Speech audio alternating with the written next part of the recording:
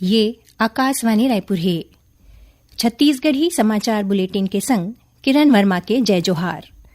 अब सुनो आज के प्रमुख समाचार। मुख्यमंत्री आत्मसमर्पित माओवादी और नक्सल हिंसा ले प्रभावित 2500 परिवार के बैंक खाता में प्रधानमंत्री आवास योजना ग्रामीण के पहला किस्त के राशि अंतरित करें। आज राजधानी रायपुर में कौशल रोजगार और आजीविका ऊपर नीति आयोग के कार्यशाला शुरू। मुख्यमंत्री करें शुभारंभ और मौसम विभाग अवैया 24 घंटा के दौरान प्रदेश में एक दो जगह में गरज चमक के संग अंधड़ चले गाज और करा गिरे के चेतावनी दे है। अब समाचार विस्तार ले। मुख्यमंत्री विष्णुदेव साय आत्मसमर्पित माओवादी और नक्सल हिंसा ले प्रभावित 2500 परिवार के बैंक खाता मन में प्रधानमंत्री आवास योजना ग्रामीण के पहला किस्त के राशि अंतरित करें।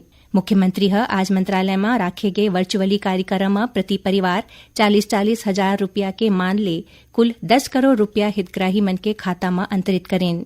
ए योजना के तहत जौन 2500 आत्मसमर्पित माओवादी और नक्सल हिंसा ले प्रभावित परिवार के खाता मन में राशि दे गए है।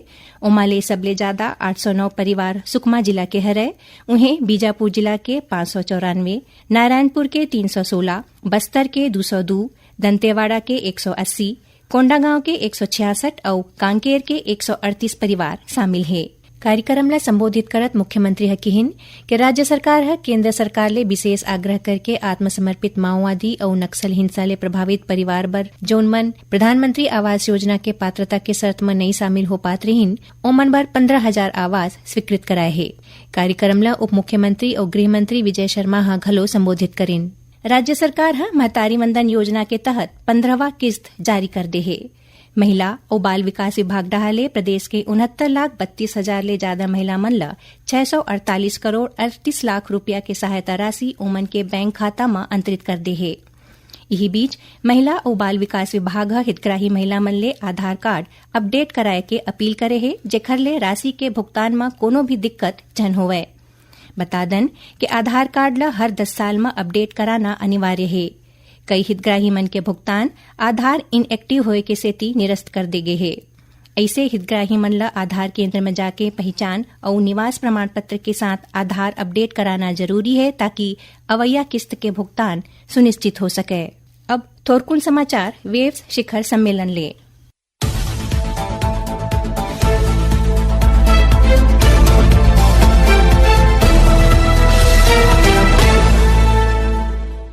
वेव्स शिखर सम्मेलन में वैश्विक मीडिया संवाद आज बिहनिया मुंबई के जियो वर्ल्ड कन्वेंशन सेंटर में शुरू हुई।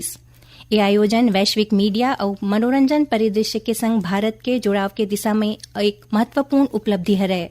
विदेश मंत्री डॉक्टर सुब्रमण्यम जयशंकर उद्घाटन सत्र ला संबोधित करत कहिन कि प्रौद्योगिकी देश के अनमोल विरासत के बारे में जागरूकता ला बढ़ावा दे सकत है।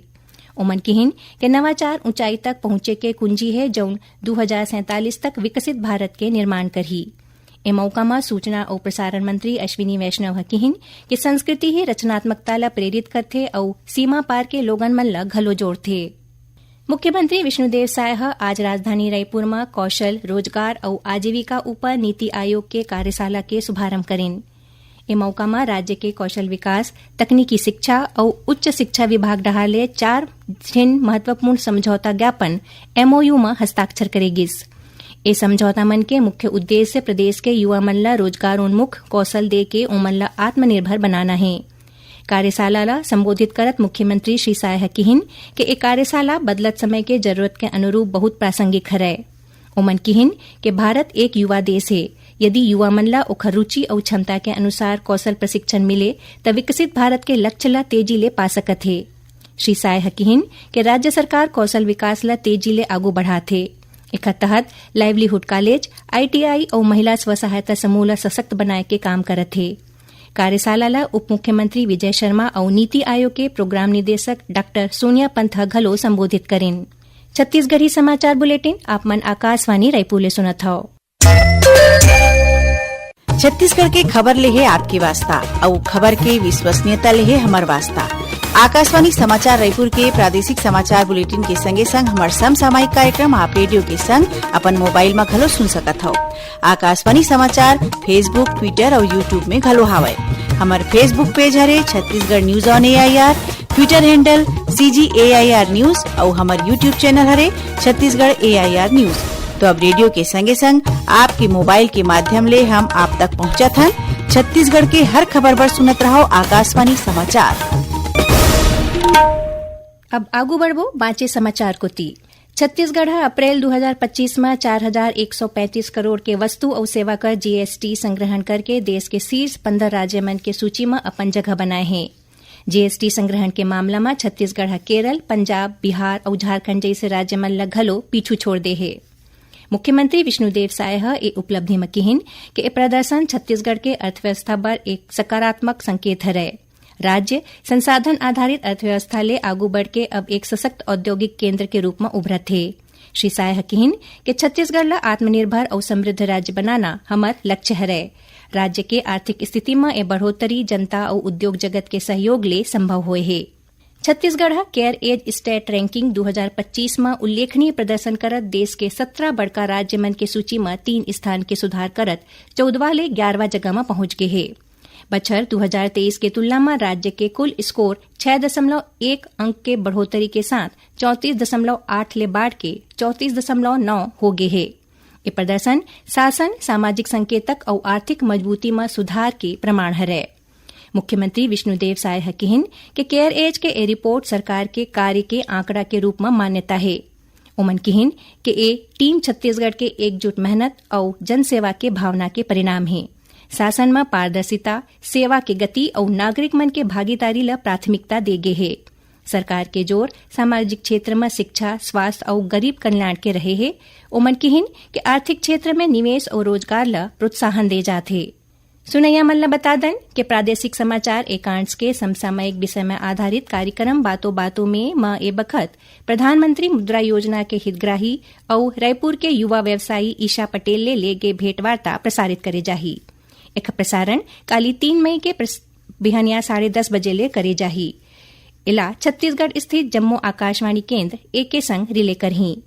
मुख्यमंत्री विष्णुदेव साय जम्मू कश्मीर के पहलगाम में हुए आतंकी हमला में मारे गए रायपुर निवासी दिनेश मिरानिया के परिजन मन ला 20 लाख रुपया के आर्थिक सहायता दे के घोषणा करीन है। श्री साय कहिन कि मिरानिया के हत्या दुर्भाग्यपूर्ण और पीड़ादायक है। पूरा छत्तीसगढ़ ए दुख के बेरा में दिनेश मिरानिया के परिवार के संग है। मुख्यमंत्री कहिन कि जौन आतंकवादी ए हमला के दोषी है ओमन ला कड़ा से कड़ा सजा मिलही। श्री साय भरोसा जताइन कि देश के सुरक्षा एजेंसी ए मामला में जल्दी ही न्याय सुनिश्चित करही। राज्य सरकार डहाले संचालित बीजापुर स्पोर्ट्स एकेडमी के एथलेटिक्स खिलाड़ी संतोषी भंडारी के चयन भारतीय खेल प्राधिकरण के national centre of excellence Bhopal बर करे गे है। ये चयन भारतीय खेल प्राधिकरण डहाले 5 महीना जारी करे गए चयन सूची के आधार में हुए है, जेमा देश भर के 10 झिन बालिका एथलीट्स ला उत्कृष्ट प्रदर्शन के आधार में चुने गए है। संतोषी भंडारी सबले कम उम्र के खिलाड़ी हरे जौन बीजापुर स्पोर्ट्स एकेडमी में प्रशिक्षण ले थे। और अब जानन मौसम के हाल। मौसम विभाग अवैया 24 घंटा के दौरान प्रदेश में 1-2 जगह में गरज चमक के संग अंधड़ चले, गाज और गरा गिरे के चेतावनी दे है। मौसम विज्ञानी HP चंद्रा बताइन कि एक ठिन पश्चिमी विक्षोभ दक्षिणी पंजाब और ओखरले लगे उत्तर राजस्थान और पश्चिम हरियाणा के ऊपर चक्रीय चक्रवात के रूप में बने हैं। एक असर ले प्रदेश में बदली बारिश की स्थिति बने हैं। प्रदेश में अधिकतम तापमान में कोनो विशेष परिवर्तन होए के संभावना नहीं है। आखिर में प्रमुख समाचार एक घाव फेर। मुख्यमंत्री आत्मसमर्पित माओवादी और नक्सल हिंसा ले प्रभावित 2500 परिवार के बैंक खाता में प्रधानमंत्री आवास योजना ग्रामीण के पहला किस्त के राशि अंतरित करीन। आज राजधानी रायपुर में कौशल रोजगार और आजीविका उप नीति आयोग के कार्यशाला शुरू, मुख्यमंत्री करीन शुभारंभ।